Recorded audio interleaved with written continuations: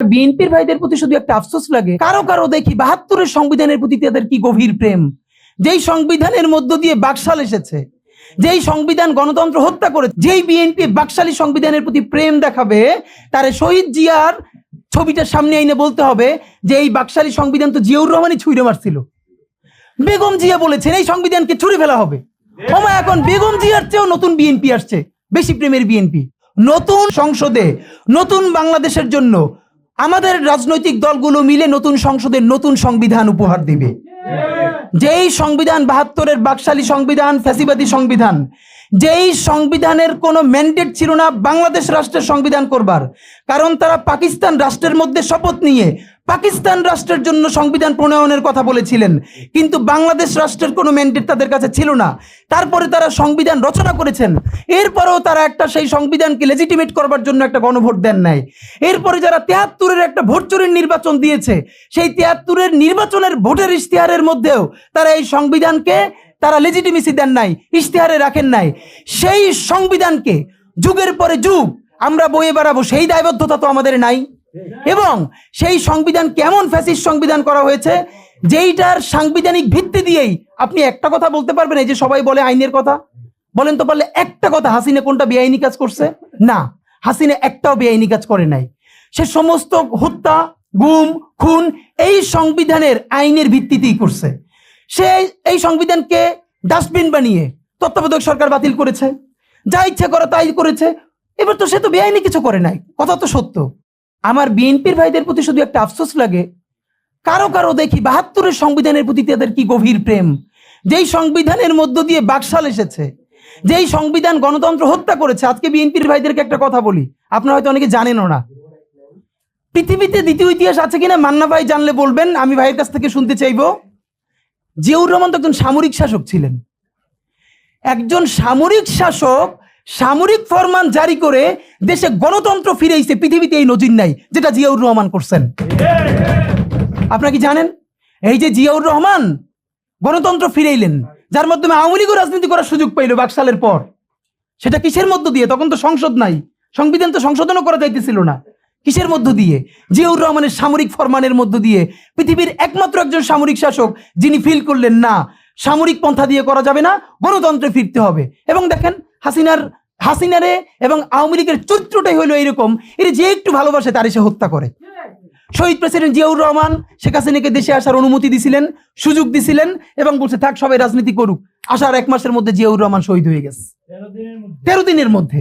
এবার দেখেন এই যে আমরা এখন যারা সবাই করতেছি, সুতরাং এটা একটা বিষ। এই বিষের সাথে আমরা কিভাবে লড়াই করব? জাতীয় ঐক্যমত্য তৈরি করতে হবে। সুতরাং পলিটিক্যাল পার্টি এবং সবার প্রতি একটা কথা, প্লিজ আপনারা বিএনপিকে শতভাগ কর্নার করে দিয়েন না। বিএনপি এই আধিপত্যবাদ বিরোধী লড়াইয়ের জন্য আমাদের একটা বড় শক্তি। এই শক্তিকে এত বেশি কর্নার করা যাবে না যাতে তারা গিয়ে আওয়ামী লীগের হাত ধরে ফেলে। তারা যদি আওয়ামী লীগের হাত ধরে ফেলে তাহলে লড়াইটা তো আমাদের জন্য আরো কঠিন হয়ে যাবে। বরং বিএনপির প্রতি আমাদের চ্যালেঞ্জ হলো, যেই বিএনপি বাকশালী সংবিধানের প্রতি প্রেম দেখাবে, তারে শহীদ জিয়ার ছবিটা সামনে এনে বলতে হবে যে এই বাকশালী সংবিধান তো জিয়াউর রহমানই ছুঁড়ে মারছিল। বেগম জিয়া বলেছেন এই সংবিধানকে ছুঁড়ে ফেলা হবে। ওমা এখন বেগম জিয়ার চেয়েও নতুন বিএনপি আসছে, বেশি প্রেমের বিএনপি।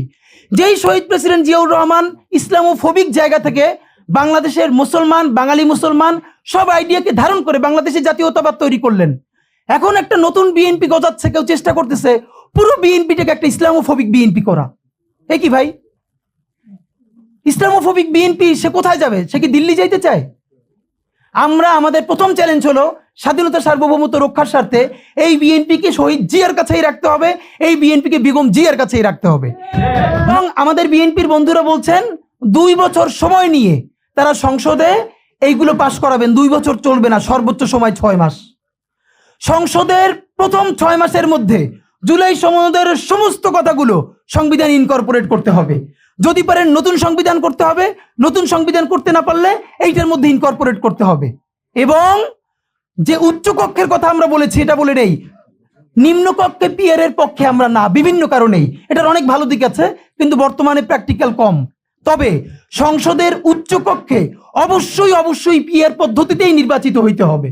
কারণ বর্তমানে যে সংরক্ষিত নারী আসন 50 জন, ঠিক এই হারেই যদি উচ্চকক্ষে 100 জন চলে যায়, তাহলে জনগণের পয়সায় আরো 100 অথর্ব পালার কোনো মাইনে নাই।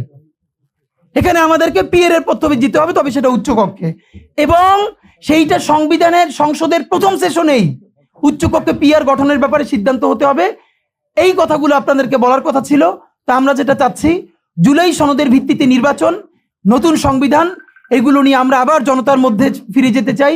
আপনাদের কাছে আমরা দ্রুত আমাদের প্রোগ্রাম নিয়ে আসব। আমি আজকে বরং লম্বা সময় এই জন্য কথা বলেছি যে এই ফ্রেমিং গুলো কিভাবে হচ্ছে এটা আমরা অনেকেই বুঝতে পারছি না। সুতরাং এখন একমাত্র আবার যেটা বলেছেন, ভাইয়েরাও বলেছেন, রাজনৈতিক ঐক্য গড়তে পারতে হবে।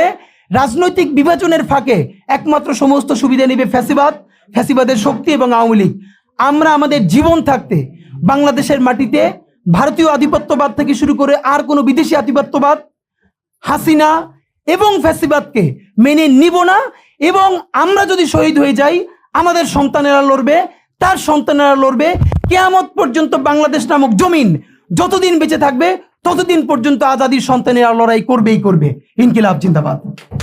আমরা অনেকগুলো দিন নিয়ে, দিবস নিয়ে উদযাপন করি এবং সেগুলো উদযাপন করা দরকার, কিন্তু 28শে ফেব্রুয়ারি বাংলার জমিনে যেভাবে রক্ত ঝরেছে, যেই গণহত্যা হয়েছে, যেই শিশু হত্যা হয়েছে, সর্বস্তরের নাগরিকদেরকে যেভাবে হত্যা করা হয়েছে, সেটা নিয়ে যেভাবে আলোচনা করা দরকার ছিল পাবলিক পরিসরে, সে আলোচনাগুলো হয়নি।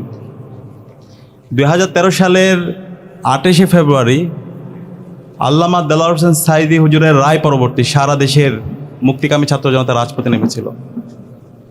সেদিন খুনি হাসিনা এবং তার পেটোয়া বাহিনী, একই সাথে নিষিদ্ধ ঘোষিত ছাত্রলীগ, যুবলীগ, আওয়ামী লীগ, পুরো রাষ্ট্রযন্ত্রকে এক করে দেশের নাগরিককে গণহত্যার জন্য তারা লেলিয়ে দিয়েছিল।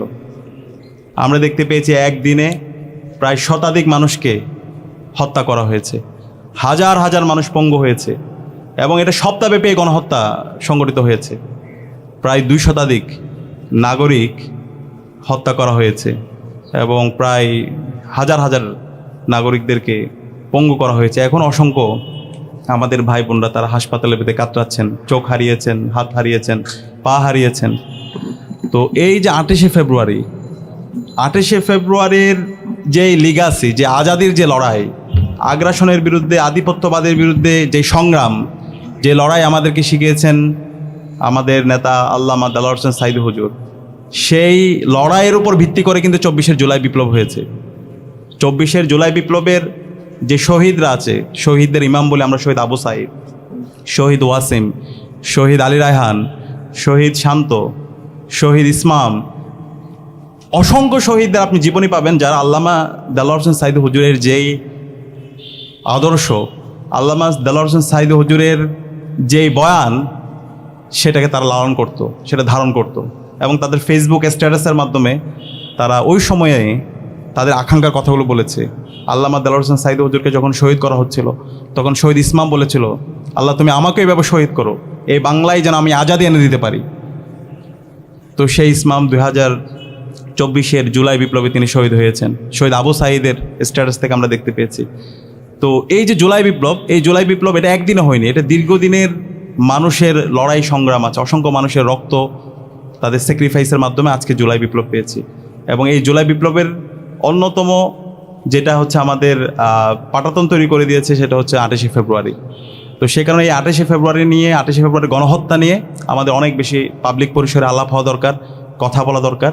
আমরা আজকের এই দিনে ঢাকা বিশ্ববিদ্যালয় কেন্দ্রীয় ছাত্র সংসদ এবং বাংলাদেশের ছাত্র সমাজের পক্ষ থেকে 28শে ফেব্রুয়ারির সকল শহীদদের শ্রদ্ধার সাথে স্মরণ করছি। আমরা নতুন সরকারের কাছে আমাদের দাবি থাকবে, ছাত্র সমাজের পক্ষ থেকে দাবি থাকবে, 28শে ফেব্রুয়ারির সকল শহীদদেরকে যেন রাষ্ট্রীয় সম্মাননা দেওয়া হয়, তাদেরকে রাষ্ট্রীয় স্বীকৃতি দেওয়া হয়। একই সাথে এই সকল শহীদদের এবং আহতদের রাষ্ট্রের পক্ষ থেকে পুনর্বাসনের ব্যবস্থা করা হয়। এবং একই সাথে এই 28শে ফেব্রুয়ারি খুনি হাসিনা এবং তার দোসররা যারা গণহত্যা এবং শিশু হত্যা করেছে, 2000 আমাদের ভাই বোনকে শহীদ করেছে এবং হাজার হাজার আমাদের ভাই বোনদেরকে পঙ্গু করেছে, যারা এই খুনের সাথে, গণহত্যার সাথে জড়িত আছে, তাদেরকে যেন এই বাংলার জমিনে বিচার আওতায় নিয়ে আসা হয়। এটার জন্য যেন একটা কমিশন, স্বাধীন কমিশন গঠন করা হয়। গত 16 বছরে, গত 13-14 বছরে সেটা হয়নি। আমাদের প্রত্যাশা থাকবে নতুন সরকার এই কাজটি করব। এবং একই সাথে ওই সময়ে যারা জাতীয় নেতৃবৃন্দ ছিল, জাতীয় নেতৃবৃন্দদের বিরুদ্ধে বিভিন্নভাবে তাদের বিরুদ্ধে অপবাদ দিয়ে বিচারের নামে অবিচার করা হয়েছে, যেটা আমরা এটিএম আজাহার ভাইয়ের রায় পরবর্তী বিচার বিভাগ থেকে, কোর্ট থেকে যেটি বলা হয়েছে, এটা বিচারের নামে অবিচার হয়েছে, একজনের বিচার অন্যজনের উপর দায় দিয়ে দেওয়া হয়েছে।